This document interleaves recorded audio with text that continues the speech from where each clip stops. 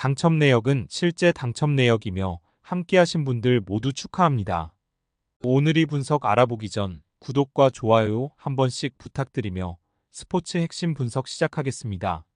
첫 번째 경기 북한 대 우즈벡 분석 시작해보겠습니다. 북한은 이란에 패하며 최하위를 벗어나지 못했다. 후반 상대의 퇴장 이후 생긴 수적 우세를 살리며 두 골을 추격했지만 먼저 3골을 허용한 것이 결정적이었다. 그로 인해 최하위를 벗어나지 못했고 이번 중립 경기를 통해 승리가 필요하다. 한광성과 리조국 등 골을 넣을 수 있는 선수들을 앞세워 공격적으로 임할 것이다. 우즈벡은 카타르 원정에서 패하며 3위권 팀들에 추격당했다. 전반 상대에게 두 골을 허용했지만 체스카 모스크바에서 뛰는 윙어인 파이줄라예프의 멀티골이 나왔는데 인저리 타임 결승골을 허용하고 말았다. 그로 인해 1위인 이란의 승점 3점 차로 뒤지게 됐고 3위권 팀들에 추격당했다. 우즈벡의 승리를 본다. 북한은 특유의 왕성한 활동량을 앞세워 강팀 상대로도 쉽게 밀리지 않는다. 그러나 세트피스를 제외하면 골이 터지지 않고 있다. 후사노프와 알리쿨로프 등이 세트피스 수비를 책임질 것이고 쇼무로도프와 파이줄라예프의 마무리가 있을 우즈벡이 승리할 것이다. 두 번째 경기 인도네시아 대 사우디 분석 시작해보겠습니다. 인도네시아는 지난 홈경기에서 조 최강인 일본에 패했다. 최하위기에 헤이와 추아온 등 중원에 나선 선수들이 공격 전개에 적극적으로 임했는데 사고를 실점하며 무너졌다. 그래도 아직은 가능성이 있고 홈경기기에 포기할 상황이 아니다. 스트라위크와 월시, 오란망운 등을 앞세워 공격적으로 사우디와 맞설 것이다. 사우디는 르나르가 돌아와 나선 첫 경기에서 경기력은 좋지 않았지만 원했던 승점 1점을 따냈다. 90분간 슈팅 시도 3회에 그치는 등 고전한 경기였는데 안정적인 수비가 인상적이었다. 알감디와 알주와이르 등 칸노를 대신해 중원에 나선 선수들이 수비 위주로 경기를 운영한 것이 결정적이었다. 사우디의 승리를 본다. 인도네시아는 뒤가 없는 상황이기에 강팀 상대로도 라인을 내리지 않을 것이다. 그러나 알감디와 알주와이르가 최종 수비를 보호할 사우디를 쉽게 공략하긴 어렵다.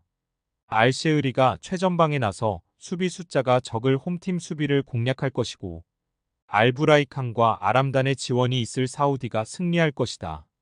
세 번째 경기 중국 대 일본 분석 시작해보겠습니다. 중국은 바레인 원정에서 터진 장윤닝의 골로 승리하고 2위권으로 치고 올라왔다. 일본전 대패를 시작으로 연패를 당했었는데 반등에 성공했다. 이방코비치가 감독이 우레이 대신 공격의 주축으로 기용한 압둘 웨리와 장윤닝이 최전방에서 마무리를 잘했고 리위에니의 중앙 존재감도 살아났다. 일본은 11월 일정 첫 경기에서 인도네시아를 완파했다. 그로 인해 본선행의 8분응선을 돌파했다. 승점 13점으로 앞서 있는데 2위권 팀들이 6점에 불과하다.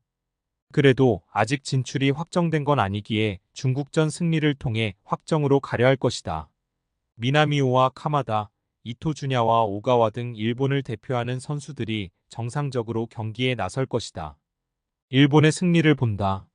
중국이 연승에 성공하며 좋은 흐름을 탄 건 사실이지만 원정에서 대패했듯이 일본 상대로 전력의 열세가 분명하다. 모리타와 하타테, 엔도 등 볼 간수를 잘하는 중앙 미드필더들이 점유율을 확실하게 가져가며 중국을 압도할 것이고 미나미노와 미토마가 측면을 돌파할 일본이 승리할 것이다. 네 번째 경기 키르기스스탄 대 이란 분석 시작해보겠습니다. 키르기스스탄은 아랍에미리트 원정을 패하며 월드컵행에서 더 멀어졌다. 처음으로 나서는 최종 예선인데 원정의 불리함을 극복하지 못했다. 그래도 아직은 팀당 5경기가 남아있기에 포기할 상황이 아니고 이번 홈경기에 전력을 다할 것이다. 알리쿨로프와 코조 등 해결할 수 있는 선수들을 앞세워 이번 홈경기에 나선다. 이란은 북한전을 승리하며 우즈벡에 앞섰다. 줄곧 우즈벡과 같은 승점을 기록하며 단독 선두로 치고 나가지 못했는데 윙어로 나선 모에비가 다시 멀티골을 터뜨리며 활약했다. 이 경기에는 중앙 수비수인 카릴자데가 징계로 나서지 못하는 건 아쉽지만 전력이 약한 팀 상대로 큰 공백은 아니다. 타레미와 모에비, 아즈문 등을 앞세워 연승에 도전한다. 이란의 승리를 본다. 키르기스스탄은 코즈마에프와 자리브베코프 등 최종 수비부터 라인을 올리며 홈경기에 나설 것이다. 그러나 이란 상대로는 원하는 경기를 하기 어렵다. 아즈문과 자한바크시, 타레미 등이 경기 내내 공격적으로 상대 수비를 몰아칠 이란이 승리하고 1위를 지킬 것이다. 다섯 번째 경기 팔레스타인 대 대한민국 분석 시작해보겠습니다. 팔레스타인은 오만 원정에서 패하며 최하위를 벗어나지 못했다. 중원에 나선 자베르와 마아즈나 등이 공격적으로 경기를 운영하며 여러 차례 기회를 만들었고 아부 알리의 결정적인 찬스가 나왔는데 마무리가 되지 못했다. 그래도 한국 상대로 유일하게 승점을 따낸 팀으로 다시 한번 승점 추가를 노린다. 한국은 쿠웨이트 원정을 승리하며 4연승에 성공했다. 대회 첫 경기에서 팔레스타인과 비기며 출발이 좋지 않았는데 서아시아 팀들 상대로 전승을 기록했다. 부상에서 돌아온 손흥민은 페널티킥골을 뽑아내며 건재함을 알렸고 오세훈은 빈집과도 같은 최전방 공격수 자리를 차지한 모습이다. 황희찬의 부상 이탈로 기회를 잡은 배준호의 존재감도 대단하다. 한국의 승리를 본다. 팔레스타인은 최하위 팀으로 최강인 한국 상대로도 라인을 내린 버티기로 임할 수 없다. 그러나 한국의 황인범과 박용우 등 볼 간수를 잘하는 데다 상대의 공세를 저지할 수 있는 중앙을 넘기 어렵다. 손흥민과 이강인, 배준호가 측면과 최전방을 오가며 기회를 만들 한국이 승리할 것이다. 스포츠 당첨에 제일 중요한 건 조합입니다. 각 팀 분석을 잘한다고 하여도 조합을 못할 경우 큰 배당을 가져가지 못하는 거 다들 아실 겁니다. 그리고 유튜브에 조합을 올려드릴 수 있지만 좀 더 자세한 정보들과 배당 흐름 및 각종 이슈 등 경기 전까지 어떻게 될지 모르니 조합을 빠르게 유튜브에 올려드릴 수 없는 점 양해 부탁드립니다.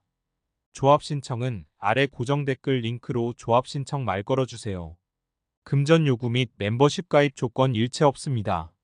좋은 건 서로 나눠 갑시다.